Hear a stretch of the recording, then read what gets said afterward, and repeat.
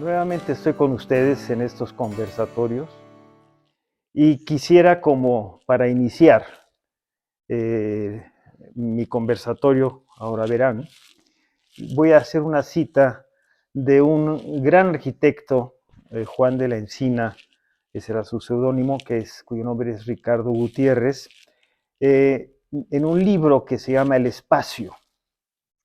Y dice así: la maravilla más singular es, en cierto modo, el haber concebido y creado un reverso del espacio. El hombre camina y se agita por el exterior de todas las cosas, se halla perpetuamente en el exterior de las mismas, y para penetrar más allá de las superficies es necesario que las quebrante. El privilegio único de la arquitectura entre todas las artes, ya sea que establezca viviendas, iglesias o barcos, no es el hecho de cubrir y abrigar un espacio, hacerlo cómodo y rodearlo de garantías, sino el de construir un mundo interior en el que se mide el espacio y la luz según las leyes de la geometría, de una mecánica y de una óptica que están necesariamente implicadas en el orden natural, pero de las cuales la naturaleza no hace caso. ¿Por qué cito esto? ¿Por qué cito este texto? Porque hoy tengo el privilegio de charlar con uno de los grandes arquitectos que conozco, Ricardo Jarte, y que vamos a tener una conversación no necesariamente de arquitectura solamente, sino de muchas cosas. Hemos hablado, he tenido muchos conversatorios con él, nos juntábamos cada semana, pero en esta ocasión he querido compartir para la audiencia esta manera de que a veces convivimos. Y sin más, quisiera pasar a que lo conozcan. Mi querido Rick, es un placer tenerte aquí conmigo. De verdad, es un placer. Es un honor que me invites, mi querido Oscar. Es un honor. En todos los conversatorios, eh, para presentar al invitado, yo le pido pues que se presente él. Ujú, ¿Quién es Ricardo? Y para nosotros los amigos, Dick. ujú, Incluso me gustaría saber por qué te dicen Dick. claro. ¿Por qué te decimos? Y yo así te conocí con eso. Hola Dick. Pero ¿quién eres? ¿Cómo te quisieras presentar personalmente, profesionalmente? Lo que quieras decir de ti, de tu historia, en fin, es abierto. Muy bien. Em, trataré de ser breve, es decir, solo ocuparé las próximas 2, 3 horas nada más. Ok. Este, Hay una anécdota. Cuando me fui a inscribir en la Facultad de Arquitectura en Montevideo, Uruguay, le pedí al encargado, que se le llamaba el Bedel, se le decía, un gran hombre, que cuando me anotara en las listas del taller donde yo me había anotado, no me pusiera Richard Patrick Harte White, porque yo sabía que iba a ser el choteo de todos mis compañeros. Entonces me dijo, no te preocupes. Entonces cuando llegué al taller y en la lista estaban en la puerta, decía Richard Patrick Harte White, y entre paréntesis me había puesto el gaucho. Entonces, el Dick viene de Richard. Este, Mis nombres responden, digamos, a las nacionalidades de mis padres, que eran europeos, y me pusieron nombres, digamos, que para ellos tenían significado, sobre todo el Patrick, porque mi padre era irlandés. Entonces, el Dick viene a los Richard normalmente le dicen Dick, y entonces de ahí viene mi nombre. Mi apodo más bien. Ahora, ¿qué puedo decir de mí? Uf, Pero primero que eres uruguayo. soy uruguayo, pero algún día me lo van a perdonar. Entonces, sí, soy uruguayo, pero llevo ya 53 años en México. Casualmente, la semana pasada empecé a hacer mis trámites para la nacionalidad mexicana. Después de tantos años me he decidido hacerlo por una cuestión utilitaria. para hacer unos papeleos que necesito para tener mi libreta marina que se llama y poder sacar mi título de arquitecto, etcétera.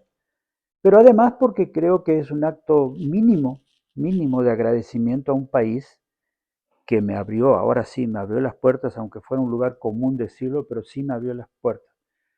Siempre he afirmado que en México los extranjeros pueden llegar a amar o a odiar México. Cualquiera de las dos cosas sucede. Pero lo que nunca van a poder decir es que se aburrieron en México. Es imposible.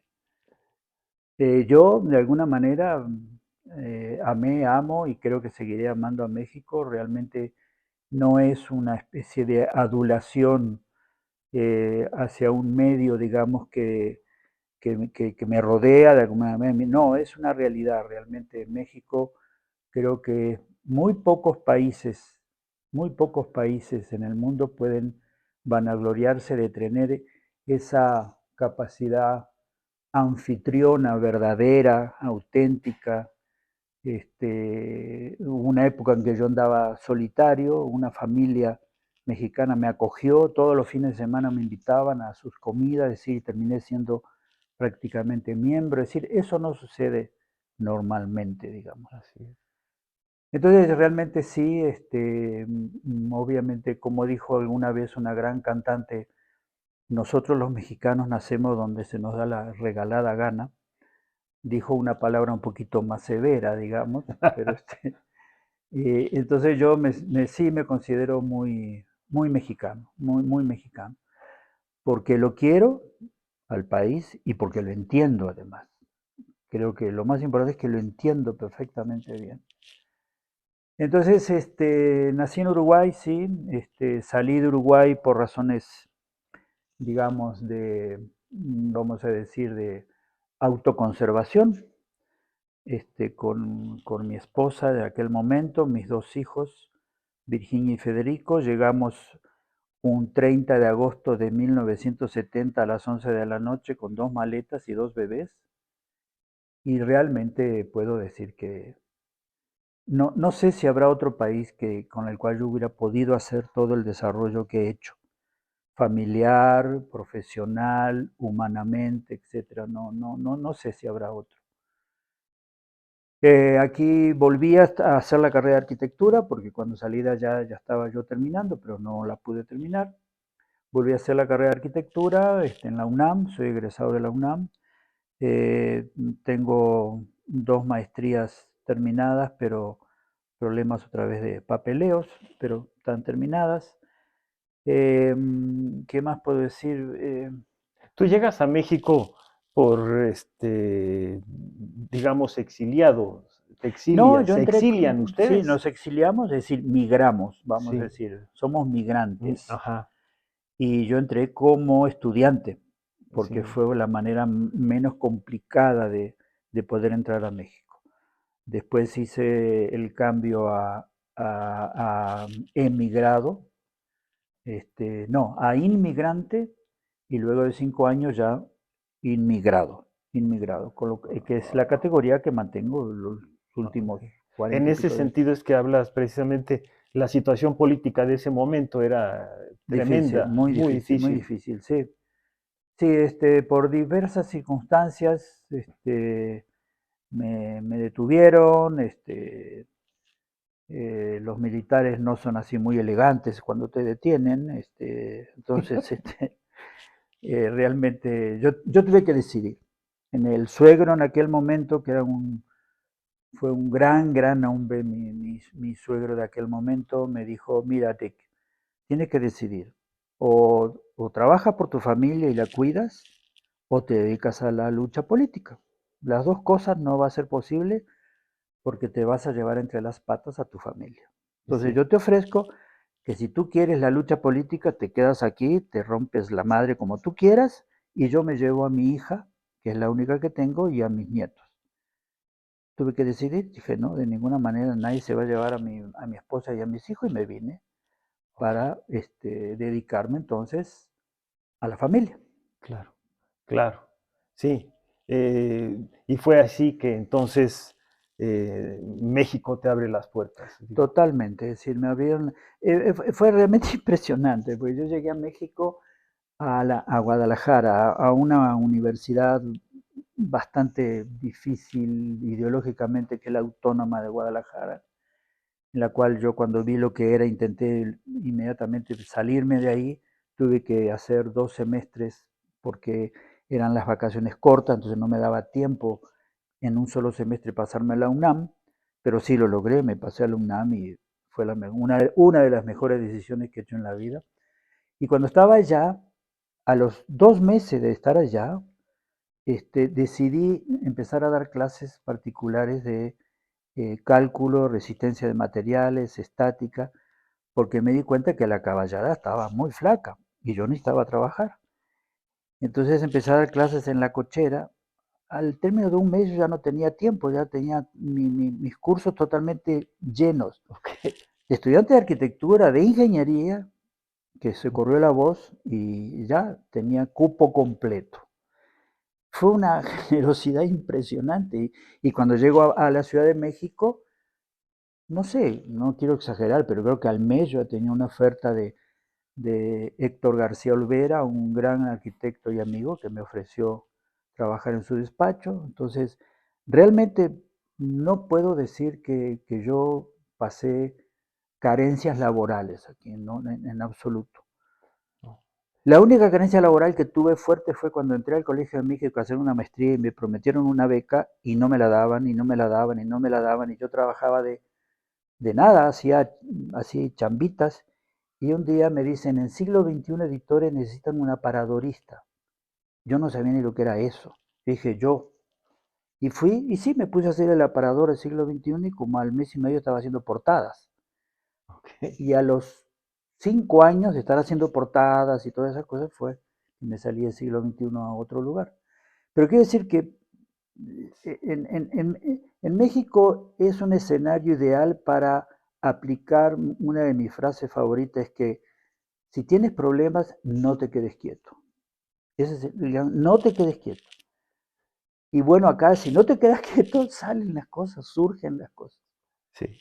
Yo quiero decir a nuestra audiencia que realmente Ricardo Dick ha hecho más de lo que ustedes pueden imaginar.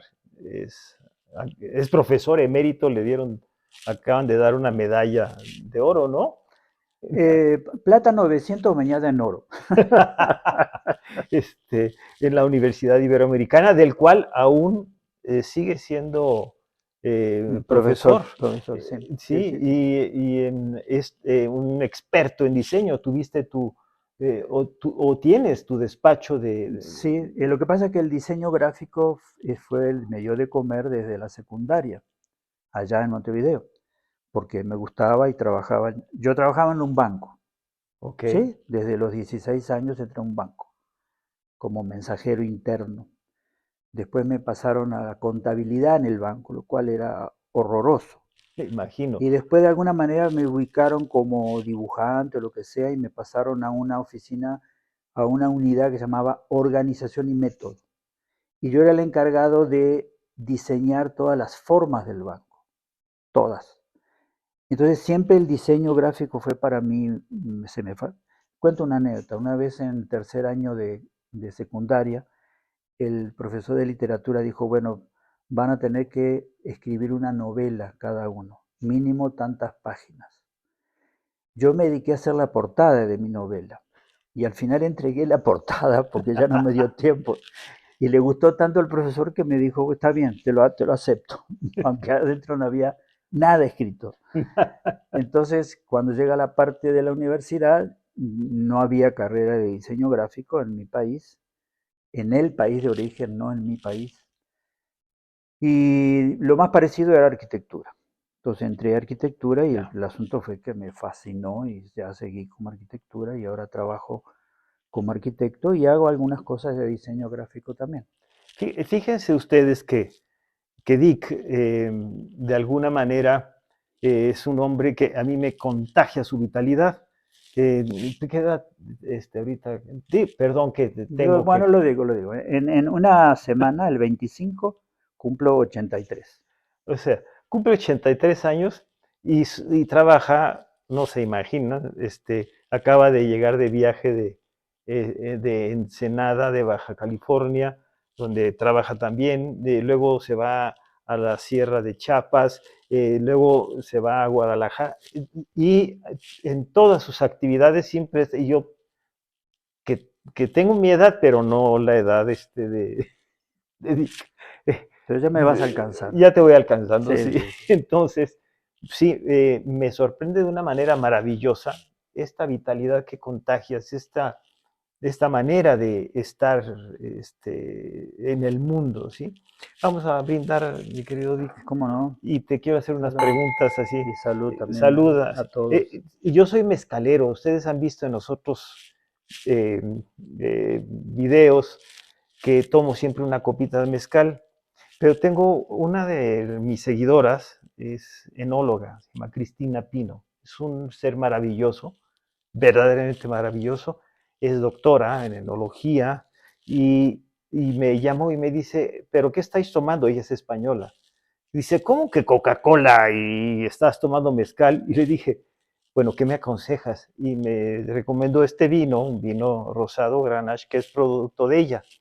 Y quiero mandarle un saludo, un beso muy afectuoso, que además tienes tú el placer de conocerla. Pues ayer estuve con doña Cristina en un muy rico asado que yo hice. Ah, es otra Entonces, cosa. Que además los asados, sí. exactamente, ayer estuve. Ajá, oye, bueno, Salud. salud, déjame beber.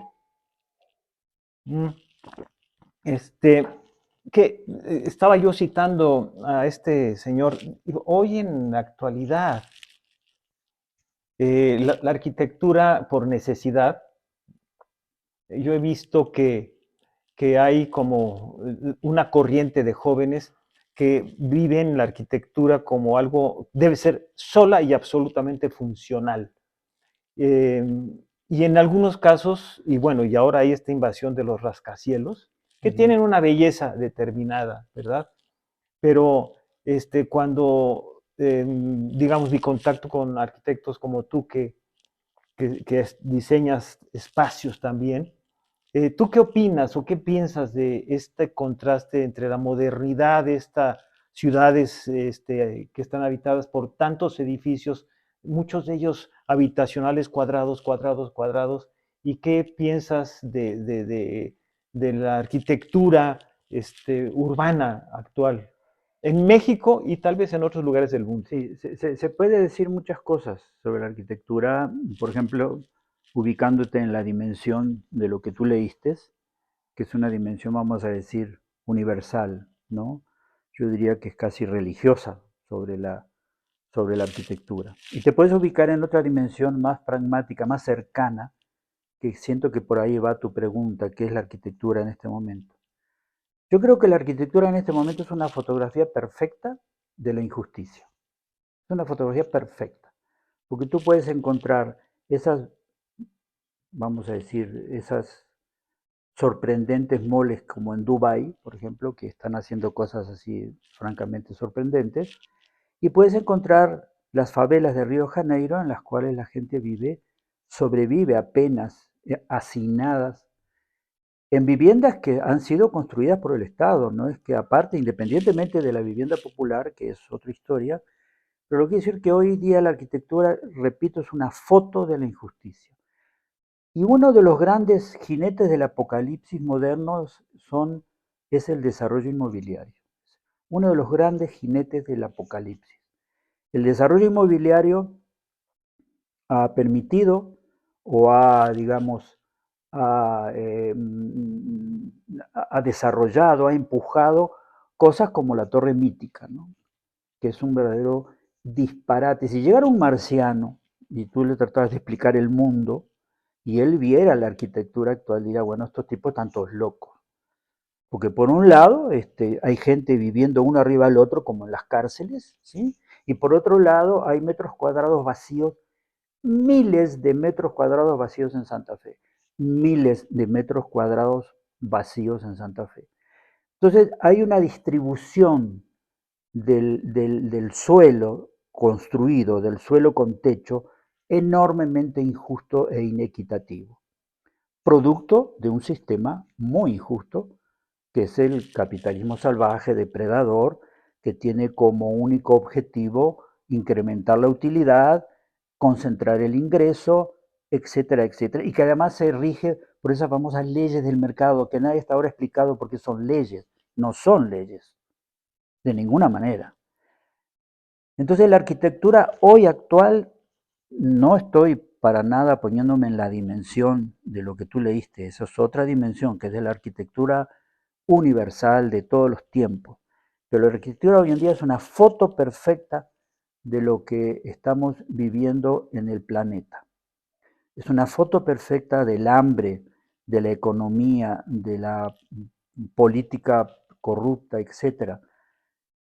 Hay, bueno, ¿para qué vamos a meternos en camisa de 11 varas?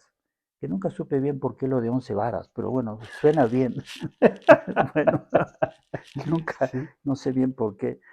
Pero creo que sí. Ahora, si pasáramos a la dimensión funcional, estética, etcétera, que vendría a ser como la visión, digamos, académica de la arquitectura, yo creo que la arquitectura actual, yo diría que está enormemente atribulada, digamos, enormemente estupefacta, ¿no? Porque por un lado la arquitectura tiene que responder a las necesidades, ¿sí? Sí, Tiene que responder a las necesidades, y por otro lado las necesidades son enormemente, vamos a decir, financieras. Las necesidades más importantes son financieras. Es decir, te pido construir metros cuadrados porque quiero ganar, porque quiero invertir y quiero ganar dinero. Por eso te pido. Y por otro lado, repitiendo un poco lo que dije anteriormente, organismos estatales te piden, a ver, voy a poner un ejemplo. Esto es bien polémico, estoy seguro que si algún día arquitectos escuchan esto que voy a decir, sí lo van a escuchar, ¿eh? me van a prender en leña verde. Me vale.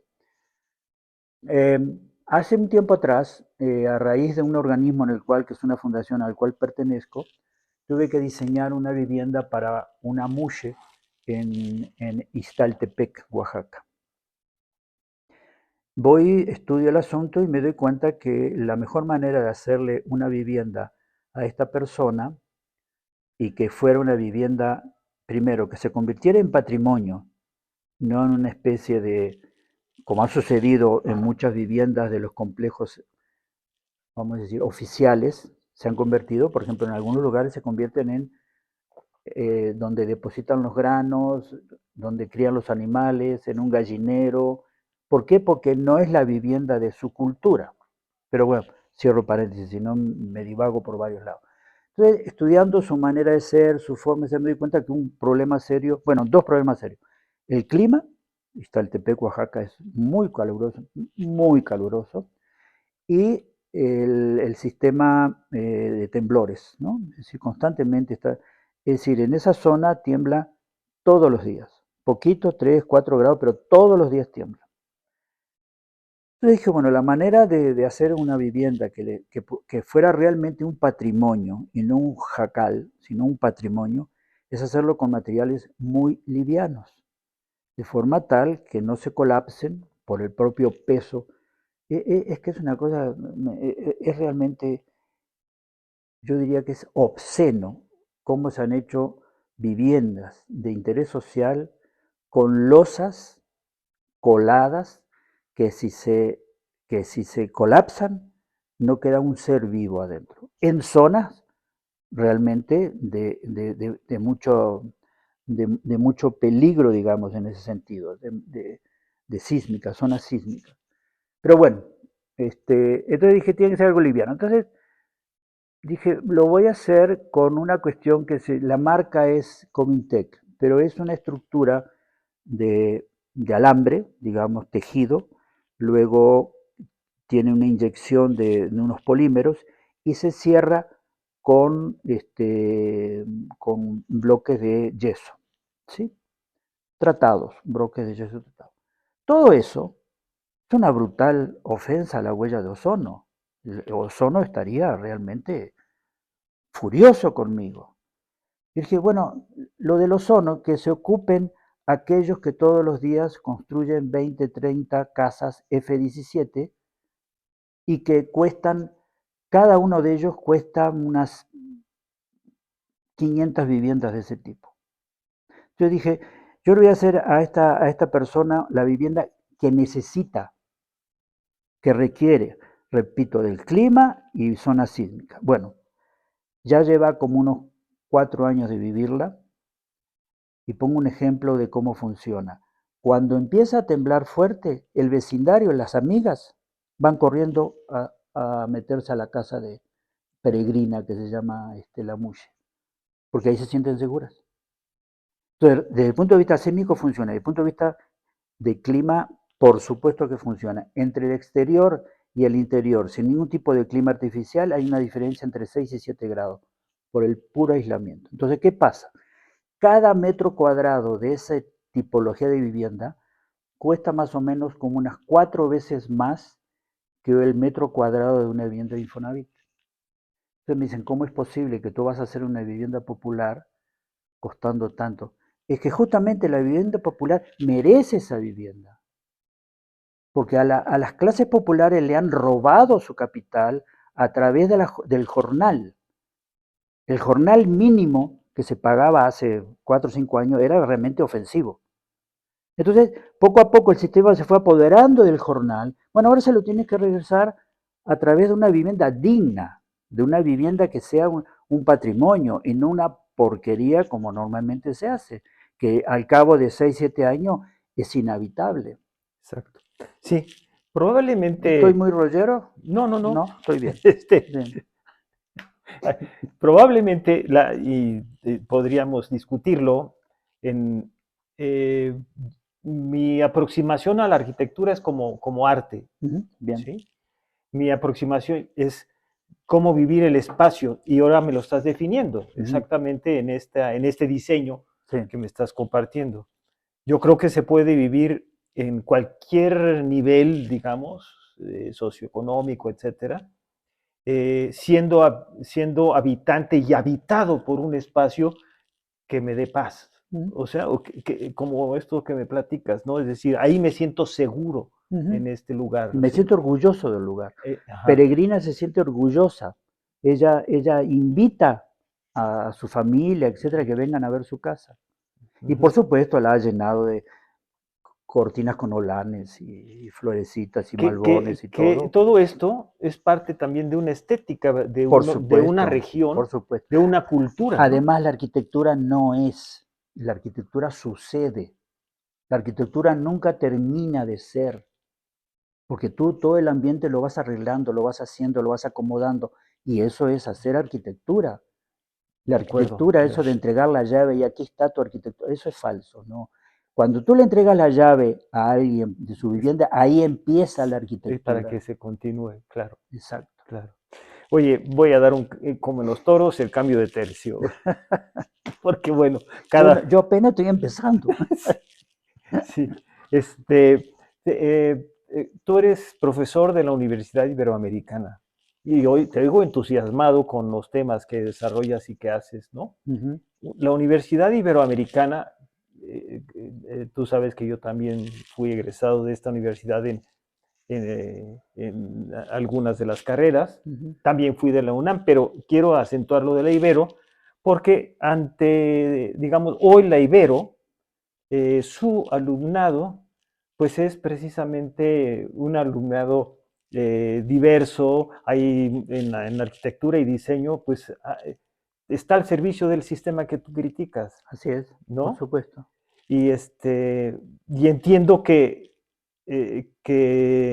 debes ser, para que permanezcas en esta universidad y la universidad permanezca, tiene que haber yo creo entender pero ¿cuál es esa filosofía que hace que una persona como tú, revolucionaria en relación a eso, esté en esta universidad privada, que sé que hay alumnos de distintos estratos Es un sociales? cambio de tercio muy provocador. Sí, ya lo Sí, sé. sí, exacto. Bueno, ¿qué pasa? Yo daba clases en la UNAM, di resistencia a materiales y táctica en la UNAM durante 8 años. Después cometí el pecado de otra universidad privada espantosa que duré un semestre nada más. Y luego me invitaron a la Ibero, me invitaron a dar clases en la Ibero cuando estaban en las torres donde se derrumbaron con un sismo, Sí, por hay cierto. que yo estuve ahí. Claro. Y realmente me di cuenta que una de las principales exigencias que debe haber en una universidad, que es la libertad de pensamiento, en la Ibero funcionaba. Libertad de pensamiento. Y por otro lado, había un orden que en la UNAM es más difícil. No es que no exista, pero es más difícil porque la UNAM es un escenario de la sociedad mexicana, digamos. Ahí está justamente de todo. La Ibero es elitista, por supuesto. Basta ir al estacionamiento y ver los coches. Es elitista, por supuesto que lo es. Pero ¿qué pasa? Hay una voluntad por parte de la Compañía de Jesús, los jesuitas, una voluntad muy clara, muy expresa y que la ponen en práctica, de trabajar justamente para formar a esos personajes que en el futuro van a ser de alguna manera u otra, van a ser los líderes o empresariales o políticos, o que sea, pero van a ser líderes, por razones naturales, digamos, de cuna, digamos. Entonces, me pareció interesante poder tener un espacio en el cual yo tuviera libertad de pensamiento y además confrontar justamente a esos chicos y chicas que vienen de cunas de algodón, por supuesto. ¿Cuántos alumnos he tenido de que nunca han ido al metro, no saben lo que era el metro? ¿Cuántos alumnos que no saben qué era Ciudad Nezahualcóyotl? Ujú. Y bueno, los ejemplos que yo tengo, a ver, ahí tengo que hacer otro paréntesis. Yo estoy un convencido que la juventud, sea del estrato social que sea, es una parte de la vida del ser humano sana, muy sana. Que Sí. después la vida le hace lo que sea, no la agarra a cachetazos. Pero esa parte de la juventud, de los 14, 15 años, los 21, 22, gente sana, en términos generales, sea cual sea el estrato, para poder trabajar con estos muchachos que vienen, repito, de la comodidad, del confort, de la vida, digamos, de alguna manera trivial, tienes que proponerle cosas verdaderas, cosas Sí. que realmente ellos digan, ah, esto es cierto. Entonces, ahí en la Ibero tenemos un régimen que se llaman proyectos vinculados. Todo egresado de la Ibero tiene que haber ejercido por lo menos 3 proyectos vinculados, preferentemente para comunidades de escasos recursos, Marginadas. marginadas, etcétera, preferentemente. Entonces, ¿qué pasa? A mí me ha tocado, yo qué sé, uno de los primeros proyectos que hice vinculado fue para la comunidad de Mazunte, hace 20 años atrás, debe ser por lo menos, que llevé a un grupo de niñas, olvídate, es decir, así totalmente impolutas. Llegamos allá y bueno, en esa comunidad de Mazunte, en aquel entonces, se llegaba por un camino de terracería, no había luz eléctrica, por supuesto no había drenaje. Y había que dormir en hamacas, ¿sí? Y para ir al baño había que ir al monte, porque no había baños. Y aparte era una comunidad muy agresiva porque las acababan de prohibir la matanza de las tortugas y les pusieron al ejército para cuidar y no tenían de qué comer, etcétera. Era un drama. Cuando llegué con estas niñas, yo estaba sentado en la playa viendo las olas y llegó la delegada del grupo y me dice, profesor, nos queremos ir, eran como las 6 de la tarde. Dije, perfecto, nos vamos mañana, hoy nos tenemos que quedar porque ya no hay locomoción y tenemos que ir a Huatulco. Entonces, ni modo, pues se tiene que ir a dormir a las hamacas y hacer en el monte y a ver qué hacen, pero no nos podemos ir ahora. Al otro día, en la madrugada, por ahí de las 5 de la mañana, las empezaron a despertar y recogieron huevos, lavaron chiqueros, barrieron con escobas mojadas los pisos de tierra, etcétera, hicieron todas las labores. Acorto el cuento. Al segundo, al segundo día estar ahí, es decir, una noche más, de 11 chicas y 2 muchachos, como 5 o 6 me vinieron a pedir que se querían quedar más tiempo. Es decir, abrazaron el proyecto, entendieron, se enamoraron de las comunidades, se hicieron súper amigas de las familias, bueno, olvídate, quedaron.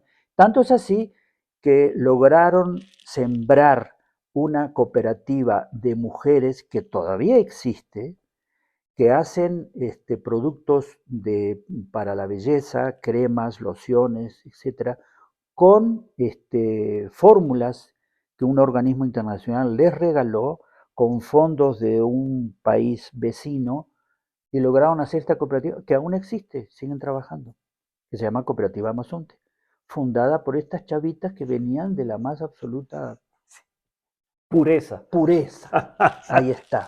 Sí, Por eso yo digo, depende de sí, cómo presentas y de en qué medida explicas la autenticidad de lo que estás sí. diciendo. Yo creo mucho en la filosofía de los jesuitas y especialmente de este rector, el de Claro, hoy, que es muy polémico, pero me gusta. sí. Pero algo que me parece padre del contenido que me acabas de compartir es el creer en los jóvenes, ¿no? Claro, En, por eh, supuesto. Si tú realmente le presentas a un joven un plan, una estrategia de trabajo o una idea política, lo que sea, pero que sea verdadera y que el cuate se convenza, se enrollan la bandera patria y se tira de la torre latinoamericana, lo que sea. Es decir, no andan con miramientos, en sí. absoluto. Sí, me encanta escucharte, Dick, en este tema, pero nuevamente, como en los toros, Ujú. viene Tercio. el otro tercio, el cambio de tercio que nos lleva a otro tema Si la total. pregunta, si la pregunta anterior era provocativa, ahora esta vez No, quiero. este es un poco más personal.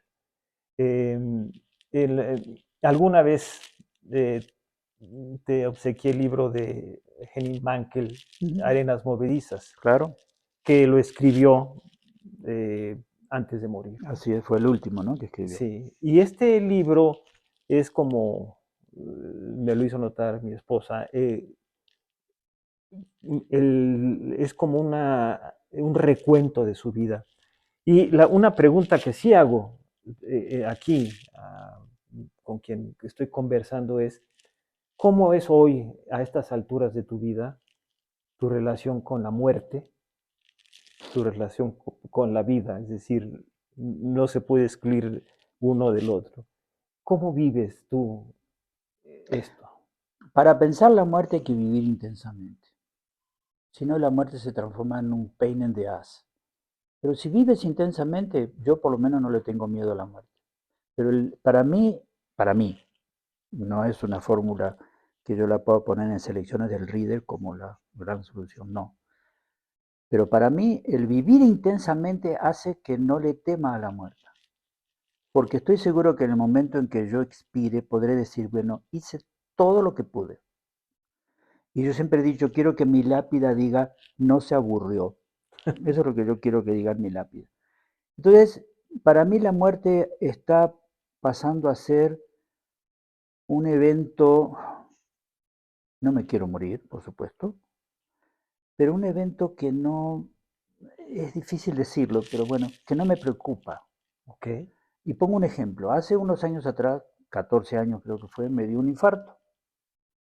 En aquel momento yo tenía un yerno muy, muy querido, hasta hoy muy querido, doctor, médico, Alonso, y él me llevó de donde había dado el infarto, yo vivía con una de mis hijas, me llevó a un hospital, me internó, me llenaron de tubos y cosas, y me quitaron el dolor en el pecho, y lo agarré así, le dije al oído, Alonso, cuando sepan qué tengo, no me lo modifiquen, ni me cambien, ni me mientas.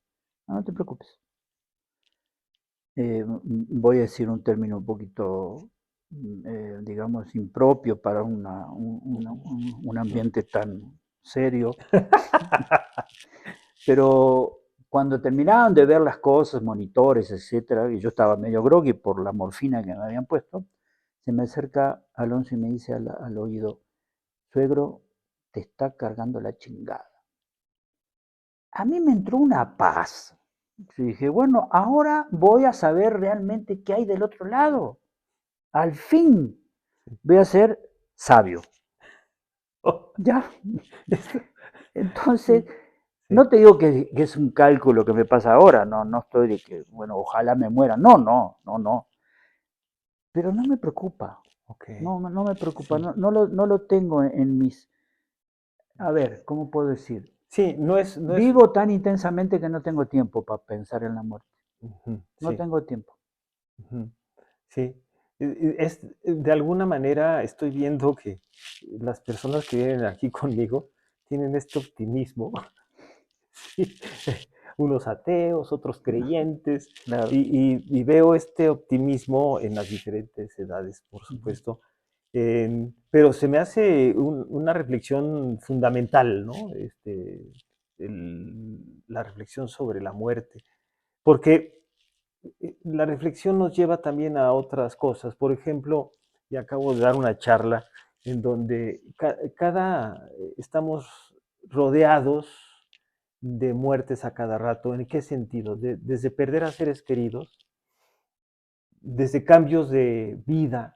Ujú. Yo antes, digamos, eh, puedo estar en una situación determinada, pero por ejemplo, eh, que los hijos se vayan del hogar o yo me divorcio, son pequeñas muertes Sí. que me llevan y me recuerdan y me ponen otra vez, me simbran para reflexionar sobre esto, ¿no? Porque son duelos que están presentes en la vida, Ujú, ¿no? ujú. Pero lo que entiendo para ti es esto de hoy, para ti, te ocupa vivir intensamente Ujú. de tal manera que no te preocupa el si me voy a morir. Claro. Lo único posiblemente que sí me ocupa cada tanto es llegar a tener algún mal que me haga hacer una, digamos, una recta final lamentable, ¿no? Lenta, dolorosa o inhabilitado en algo. Es la única cosa que yo espero que me merezca yo una muerte súbita. Ok, Eso es un mérito que yo creo que me lo he ganado. ok. Entonces, que no me venga la vida con V grande, la vida, a encajarme alguna de esas cosas que te pasas 6 7 años en una especie de agonía decrépita, destructiva, y termina muriéndose alguien que ya se había muerto hacía Ajá, exacto, 5 años antes, exacto. termina muriéndose. Y es otra persona la que se muere, no tiene nada que ver. Eso se me haría muy muy feo, y creo que no lo merezco. Ok. Y lo último, ya me contestaste la última pregunta que te iba a hacer, que era, hay personas jóvenes que me siguen, ya me es medio contestado, es tu creencia en la juventud, pero yo siempre pregunto, ¿qué mensaje le darías a los jóvenes hoy, después de que todo lo que has vivido, como diría Pablo Neruda, confieso que he vivido, ¿qué mensaje le darías a la juventud Yo hoy? agregaría, yo también hoy puedo escribir los versos más tristes. También, También. también. Ok. Además de confieso que estoy viviendo. ¿Qué mensajes? Yo diría que tienen que hacer, creo yo, un gran esfuerzo para no ser escépticos.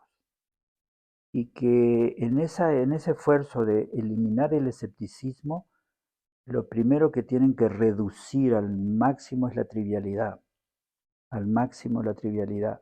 Es decir, que descubran la belleza del drama de la vida. La vida es un drama hermosísimo, que hay que descubrirlo y hay que vivirlo intensamente. No se puede vivir en el mundo rosa, digamos, Ujú. de Mary Poppins. No se puede vivir ahí.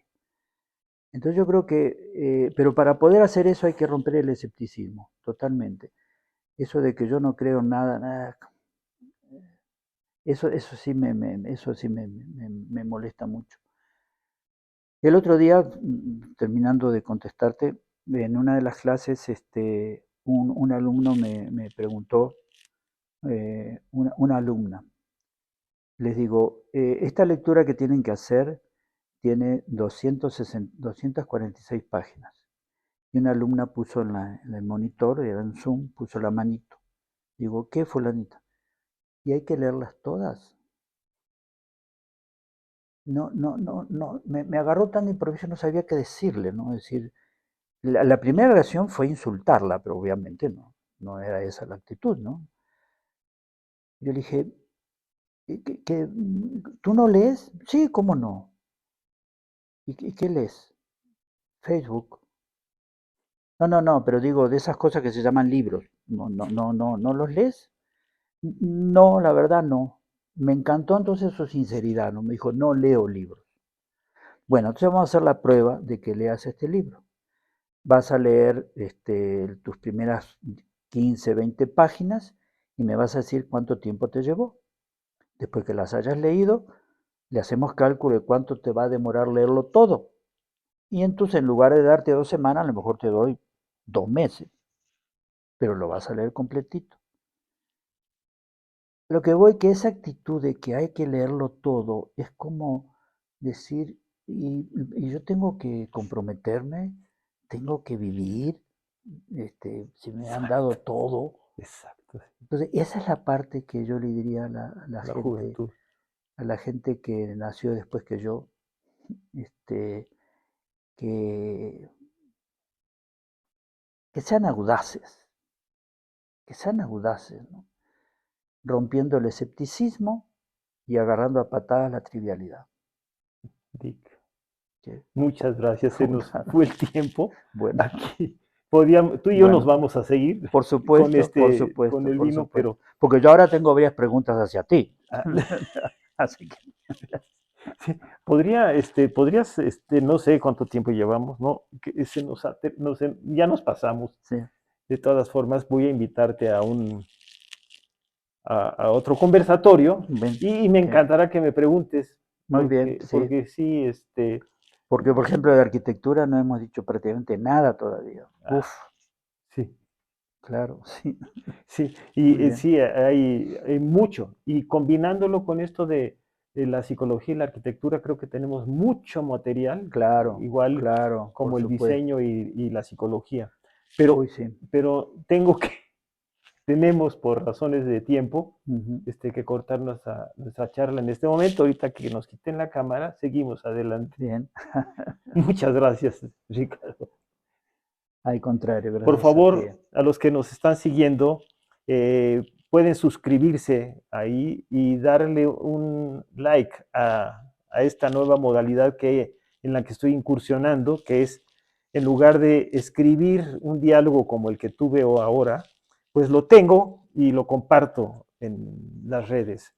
Yo era, como lo dije en algún momento, un escéptico de esto y estoy haciendo este experimento de diálogos, eh, de conversatorios con personas que enriquecen muchísimo al mundo, como es el caso del arquitecto Ricardo Hart. Muchas gracias.